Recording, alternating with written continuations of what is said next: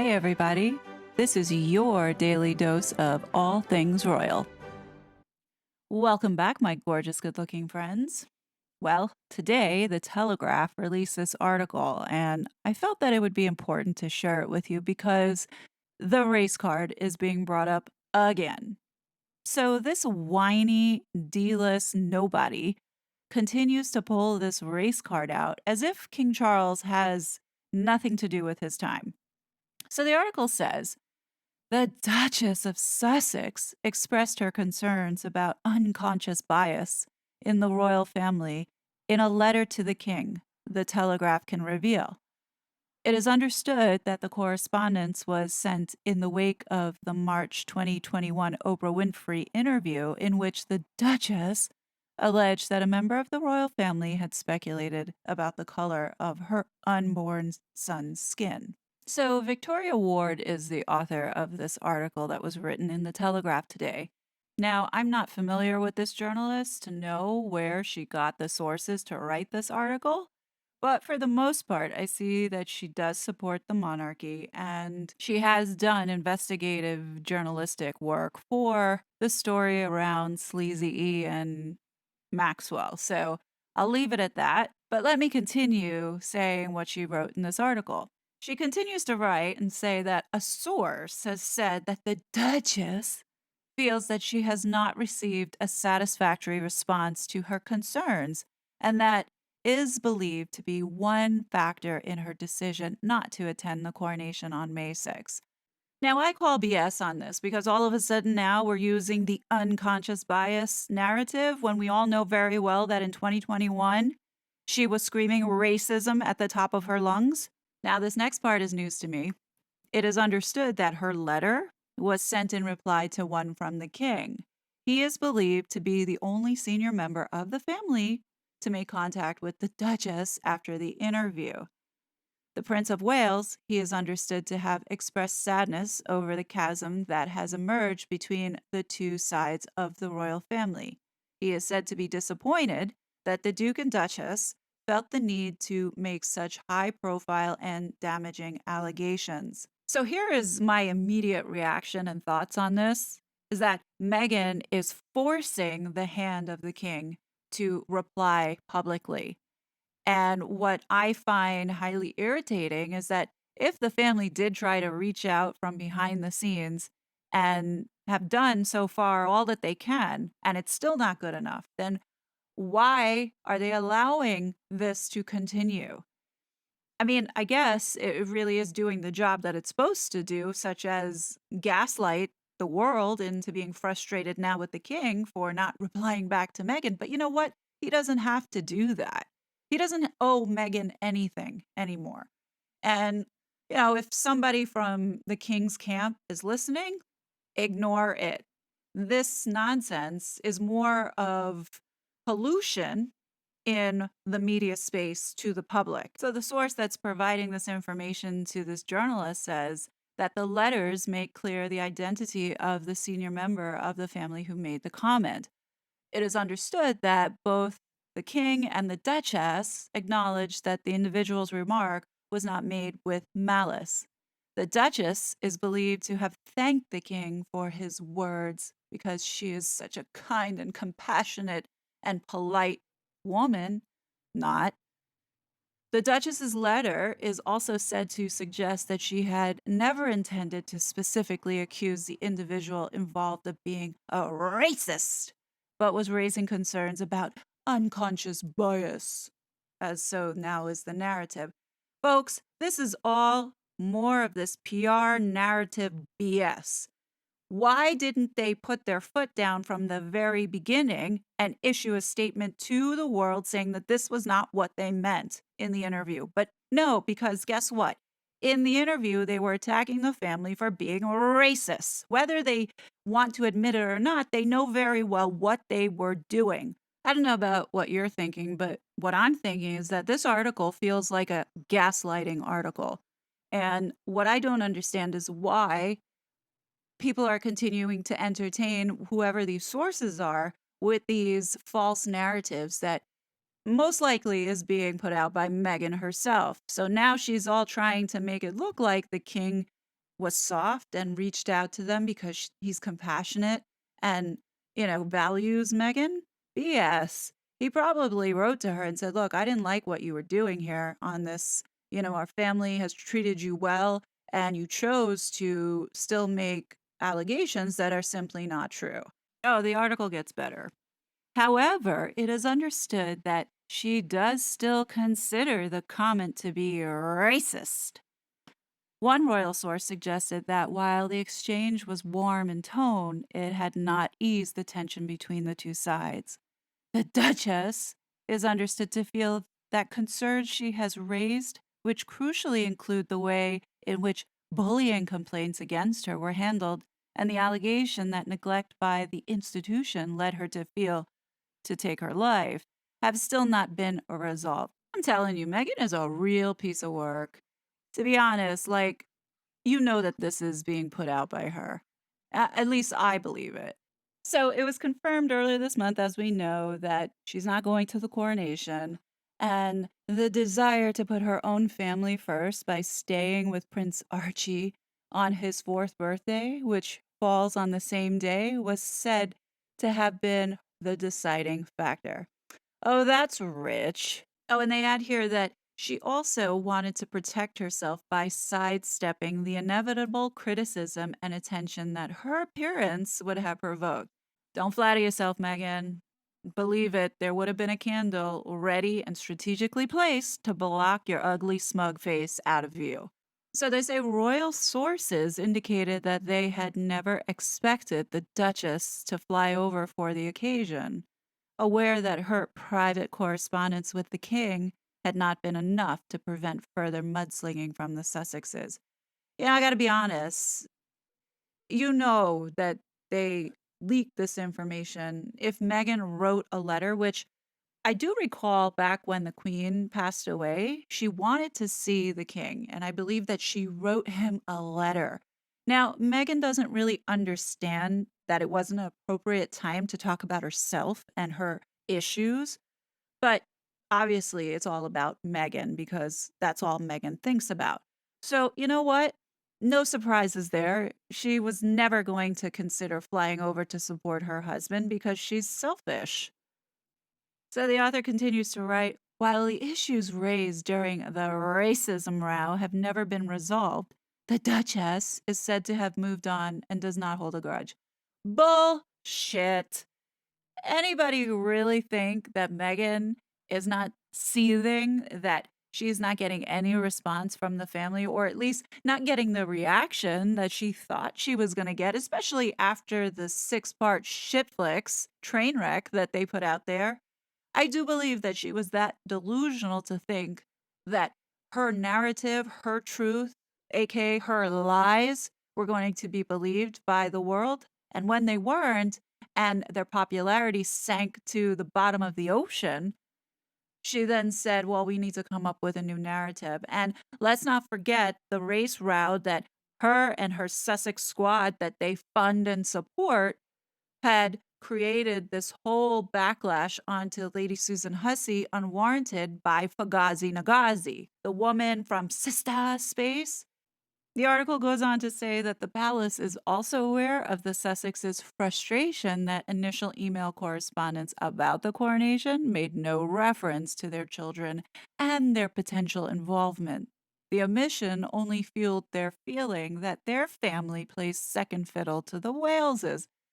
Well, let's just put it out there. I mean, how much more can we bang our heads on the wall by saying that they decided to leave? They decided to trash the family. They decided to go out and accuse the family of many lies. They told many lies. Now, why does a family have to feel obligated to incorporate them into anything?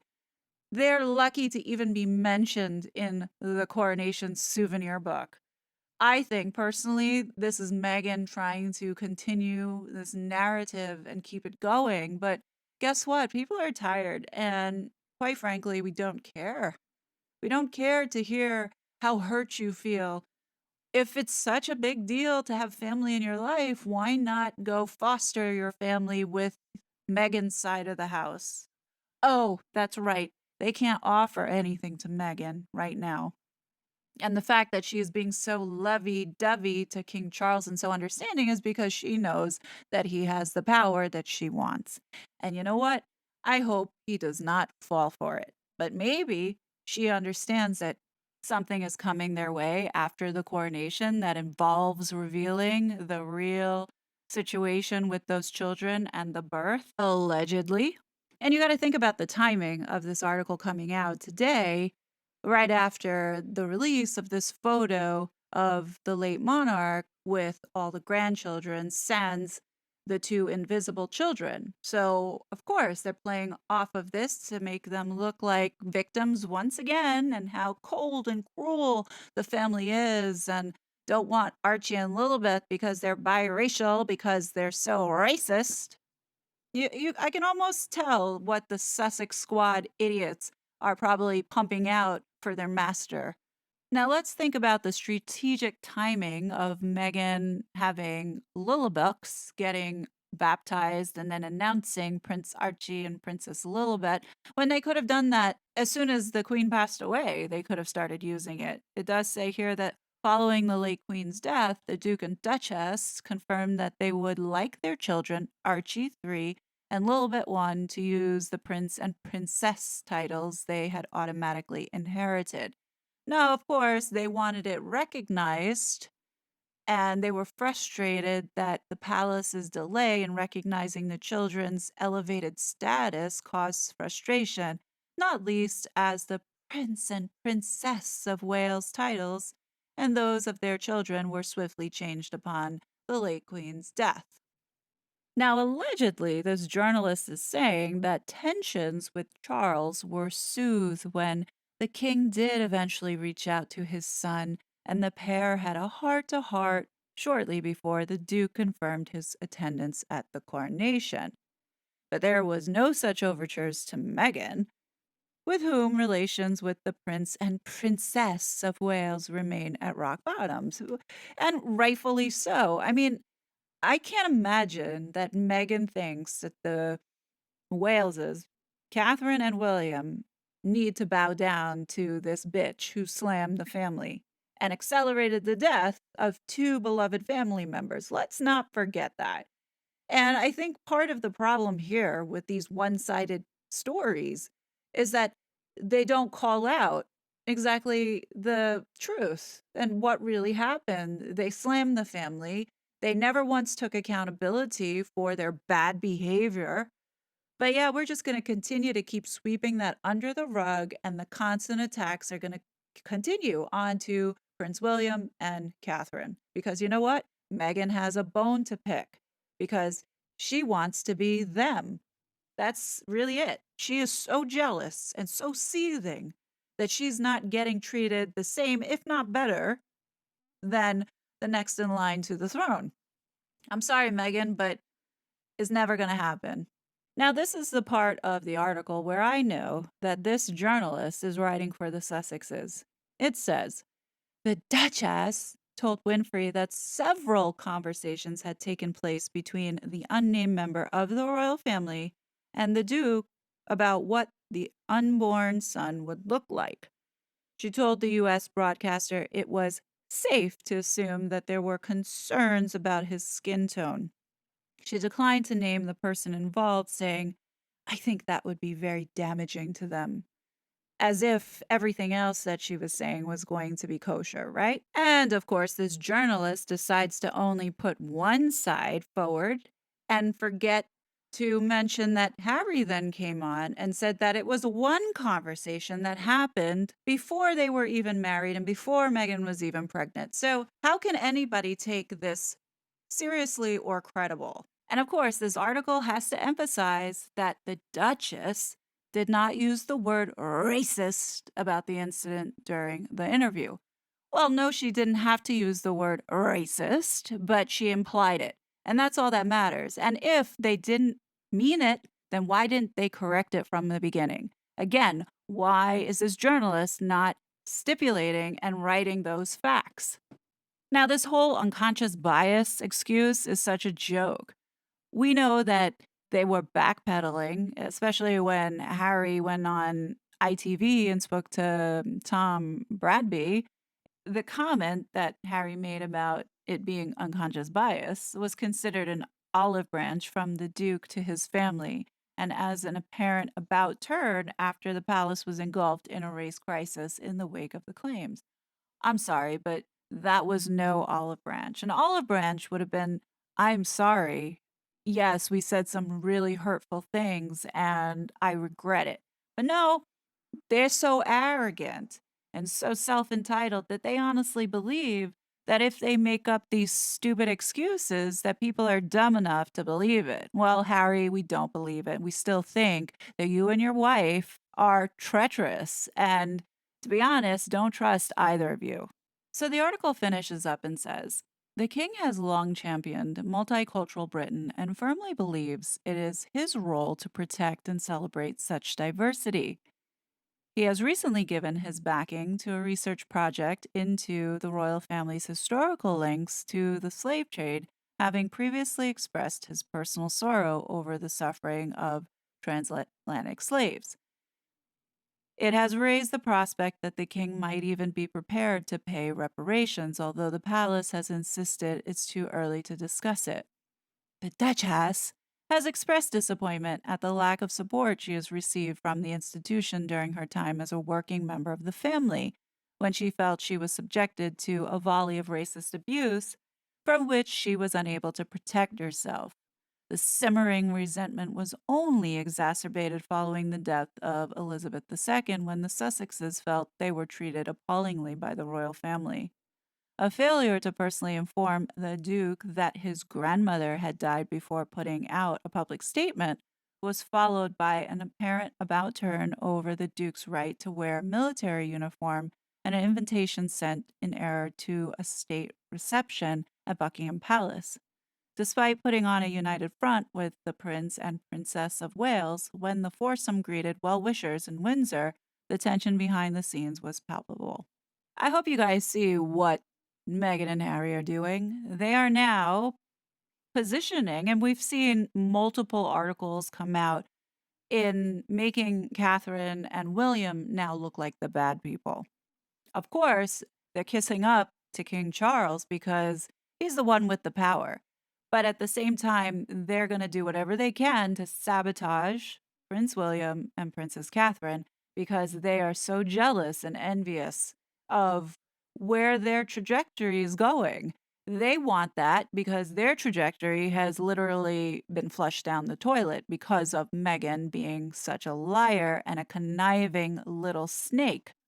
Meghan Markle has been lying since day one, and unfortunately, she trapped Harry into this madness. I think the thing that's most maddening about this is the media's participation in this fraud. Many that have been staying silent and not challenging some of the things that are coming out in the media that the Harkles are putting out themselves is so weak. And to be honest, like, it's frustrating to see a journalist who supposedly is well respected write a piece like this that was so biased that you have to assume that there is an agenda, or whether it be a payment that was given by the Sussex camp. To me, makes it look like this journalist sold out to the camp. And it's so obvious, they're not even hiding it anymore, that what this narrative, because Meghan's so bitter and so jealous of the Prince and Princess of Wales,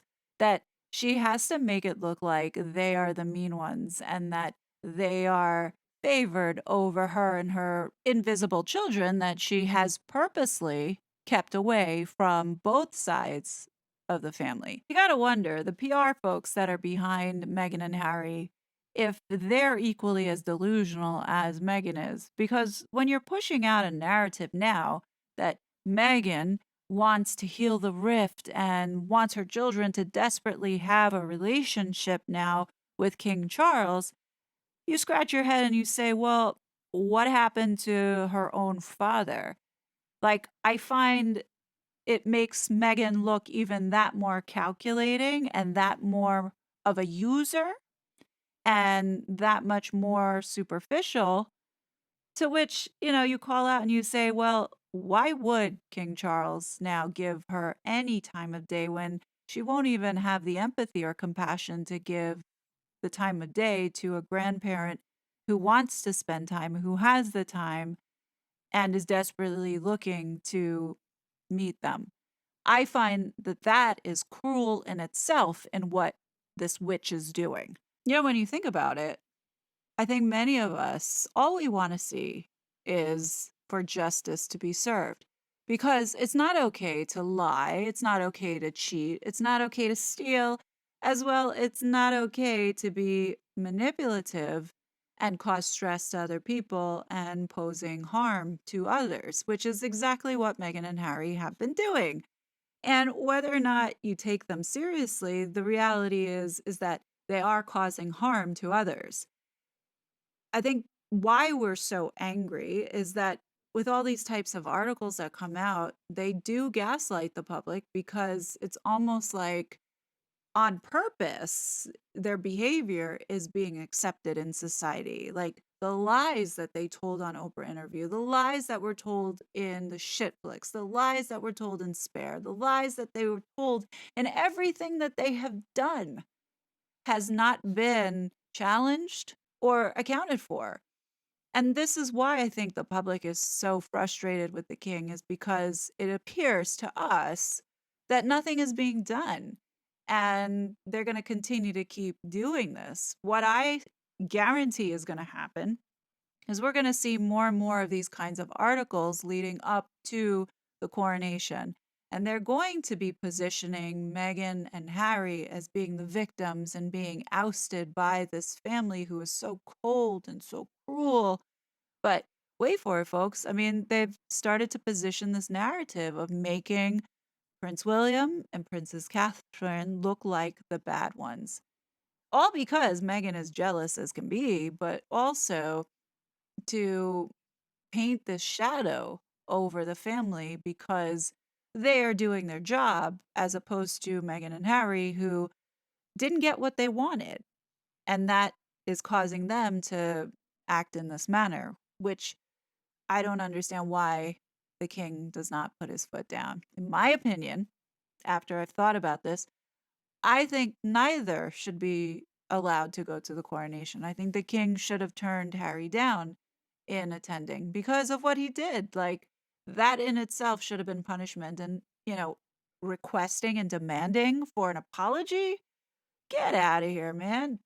The king should have said, look, you need to apologize to me before you get any kind of invitation to come to my coronation.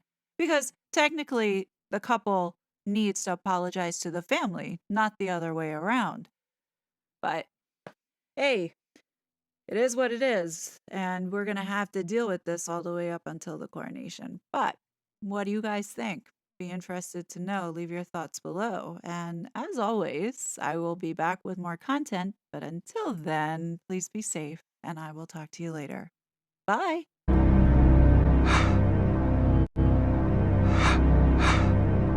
It was such a fraud.